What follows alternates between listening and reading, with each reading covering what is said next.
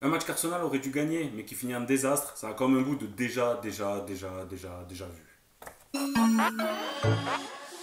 Donc le contexte du match, Arsenal qui se déplaçait sur la pelouse de Wolverhampton, qui était sur une série vraiment affreuse, puisqu'ils étaient sur une série de 8 matchs sans victoire d'affilée en Première Ligue.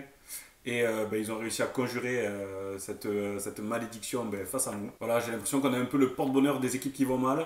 Donc au final, on est un peu le porte-malheur de nous-mêmes. Donc au niveau de la composition d'équipe, plutôt une bonne composition. Alors par rapport à celle que moi je voulais mettre en place, j'avais mis Tierney sur le côté gauche. Bon, c'est vrai que Tierney a toujours cette gêne musculaire, donc on a plutôt un back four qui était plutôt correct.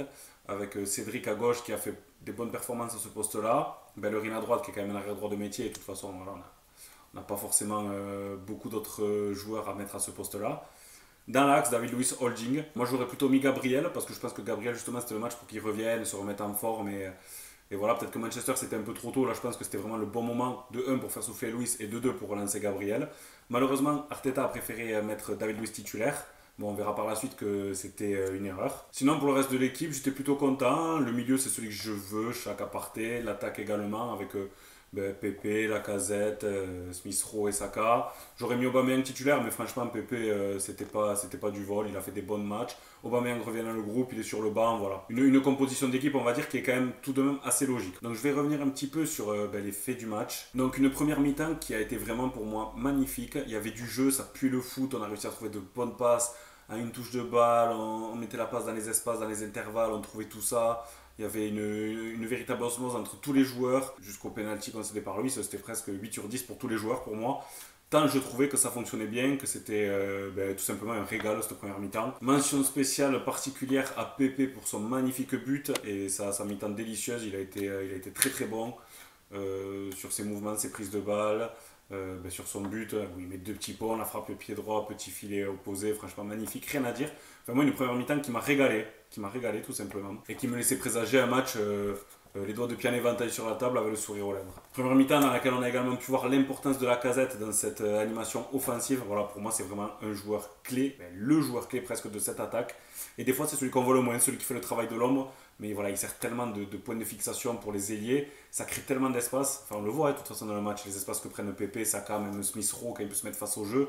C'est la casette qui crée tout ça, il joue vraiment pour ses coéquipiers. Je crois que c'est Charlie Tange hier dans les commentateurs de RMC Sport qui le soulignait. Pour moi aussi, c'est vraiment ça. Moi, je trouve que l'importance de la casette, elle est vraiment indéniable dans cette attaque-là. C'est vraiment un joueur qui joue pour le collectif, et ça, dans un collectif, c'est quand même ce qu'il y a de plus important. Enfin bref, on a tous eu la même mi-temps. On va pas forcément revenir sur cette première mi-temps en détail, parce qu'elle était magnifique. Je pense qu'on a tous le même ressenti. Mais on va revenir plutôt sur cette succession de petits détails qui a fait que le match a basculé. Tout d'abord, la barre de Saka dans les premières secondes du match. Le but de Saka également hors jeu sur la remise de la casette. Une superbe action, là encore une fois en première mi-temps. Le penalty de Luis plus le carton rouge, la sortie de la casette à la mi-temps, et juste après la mi-temps, un but de l'espace en poteau rentrant. Voilà, petits détails qui font basculer le match et qui font qu'on a perdu ce match pour moi. Et bien sûr, le rouge de Bernd Leno sur cette sortie hasardeuse. Mais on va revenir sur tout ça plus en détail juste maintenant. Donc voilà, tout d'abord, le premier gros fait de match, c'est ce carton rouge de David Luiz. Pour moi, il y a plusieurs choses qui se passent. Tout d'abord, on voit qu'il reste 5 secondes à jouer dans cette seconde mi-temps.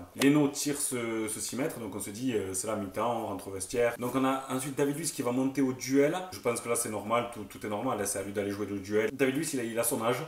Je pense qu'après ce duel, il doit de suite venir se replacer en sprint. On sent qu'il y a un petit temps d'arrêt. Il est d'abord au 3 avant de sprinter. Bon, voilà, là, du coup, il est sur la réaction. Déjà, il est mis en difficulté sur ce temps-là de réaction qu'il prend pour revenir se placer entre Holding et Cédric. Cédric peut-être aurait pu se décaler un petit peu dans l'axe, mais je trouve que c'est dur de lui jeter la pierre à ce moment-là, parce qu'on est sur un 6 mètres qui est à nous. Il est sur un mouvement d'attaque, il est pris à contre-pied, c'est quand même difficile là à ce moment-là de venir combler, alors qu'on n'est pas sur une situation où justement on est en difficulté défensivement, on n'est pas censé être en difficulté défensivement sur ce type d'action. On a peut-être Bellerin qui peut peut-être intervenir sur Podence qui met la passe décisive. Mais bon, là encore, c'est compliqué parce qu'il est pris dans son dos sur le côté. Bon, même s'il vaut mieux défendre l'axe dans tous les cas que le côté, ça c'est sûr. Et Holding, qui est le dernier défenseur et qui peut pas monter comme ça, se livrer, il est forcé de faire du recul frein et il essaye tant bien que mal de boucher l'angle de passe. Voilà, après, pour moi, l'erreur, elle vient tout d'abord de David Luiz qui se replace pas assez vite. Sachant que voilà, il connaît son jeu, il connaît sa rapidité, il a l'expérience, il devrait le savoir. Et derrière, il vient se mettre dans la course de l'attaquant de Wolves. Et malheureusement, par malchance, mais pas que, parce que voilà, je voulais prouver là que c'était pas que de la malchance, c'est une succession de petits détails là encore qui font que David Luiz se retrouve dans cette position et provoque ce penalty. Alors oui, on peut se dire c'est de la malchance que le talon de l'attaquant de Wolves vienne taper le genou de David Luiz, parce que le contact est là, il y a un tout petit contact certes, mais ça suffit pour déséquilibrer. L'attaquant de Wolves joue bien le coup. Voilà, pour moi il y a penalty, même si c'est un tout petit contact. Mais David Luiz, quand il voit ce joueur-là arriver en face à face à Leno, il lui reste 8 mètres à parcourir jusqu'au but. Je pense que là, à un moment donné, ben voilà, il doit venir pour le gêner, mais pas aussi près, quoi. Il ne doit pas se mettre dans la course, dans le dos du joueur, parce qu'il y a ce risque de faire faute, et ça a été le cas. Donc pour moi, voilà, il est doublement fautif sur cette action-là. Après le carton rouge, j'ai été regarder les règles du foot. J'ai vu plein de choses différentes. Donc soit il y a annihilation d'action de but, ça reste au bon jugement de l'arbitre. D'autres qui disent que le dernier défenseur, eh ben, c'est rouge, surtout si c'est dans la surface. Voilà. Donc si vous avez la vraie règle actualisée de 2021, n'hésitez pas à la mettre en commentaire. Parce que moi, je vais vraiment me baser sur ça. C'est-à-dire que si la règle dit que annihilation d'action de but et que les circonstances aggravantes, c'est à la distance entre le but et le joueur, le fait de savoir s'il allait avoir but ou pas, ben, si c'est ça et que ça doit valoir un carton rouge, alors oui, il est rouge. Par contre, si la règle dit que c'est à l'appréciation de l'arbitre suivant la gravité de la faute, etc., là, je pense qu'on n'aurait pas dû avoir rouge parce que la faute n'est pas grave, elle n'est pas forcément intentionnelle. Voilà. Donc pour moi, le débat, il est surtout là. Après, s'il y a des règles, elles doivent être respectées. Et moi, j'ai aucun problème avec ça. J'ai plus de problèmes quand c'est des injustices, quand on regarde la VAR et qu'on voit qu'en fait, oui, non, ce joueur, comme Leicester, quand on a eu ce but qui a été annulé pour moi injustement, parce que chacun ne gênait pas du tout le gardien sur la tête de la casette, pour moi, là, c'est vraiment une injustice, et là, je suis absolument pas d'accord avec les lois du foot. Mais quand il y a des règles, eh ben, il faut les respecter, et moi, je ne le dis pas comme une injustice. Si la règle, c'est que ben, David Luiz mérite un rouge. Voilà, donc dites-moi en commentaire si vous avez la règle. Si vous êtes d'accord avec ça ou pas, n'hésitez pas à me donner votre avis. Peut-être l'arbitre a été plus dur avec nous qu'avec d'autres équipes, j'en sais rien. Mais il y a des règles, c'est comme ça. Également, fait de match, fait de jeu. Mauvais coaching pour moi de la part d'Arteta qui fait sortir Lacazette à la mi-temps pour faire entrer Gabriel. Moi, je n'étais pas forcément d'accord avec ce coaching-là. Pourquoi? Parce qu'à ce moment-là, à 10 contre 11, on sait qu'on va avoir un match chiant. Voilà, comme on en a déjà vu, où on allait défendre, tenter quand même le coup. Mais voilà, qu'est-ce qu'on va faire? C'est jouer en contre. Pour jouer en contre, il faut quand même un point de fixation. Pour moi, Lacazette, un point de fixation, il est quand même meilleur que Smith Rowe. Ben, voilà, on le voit dans les matchs. Et c'est lui qui permet justement de libérer les espaces pour les ailiers et qui sait garder les ballons de haut au but. Donc pour moi, ça aurait été vraiment capital de le garder ben, pour jouer justement ses contres et pour jouer les coups à fond. De plus, Lacazette, c'est également notre meilleur buteur en championnat actuellement, 8 buts en première ligue. Donc voilà, ben pour toutes ces raisons, moi je pense qu'il y a une erreur de casting, une erreur de coaching et que Lacazette aurait dû rester sur le terrain à ce moment-là du match. On s'attendait à une mi-temps beaucoup plus fermée, surtout avec la forme actuelle. Moi je me disais, bon, mais pourquoi pas y croire sur un coup, on ne sait jamais. Mais non, d'entrée à la 48e minute, je crois, 3 minutes après la reprise, on prend un but de l'espace de João Moutinho.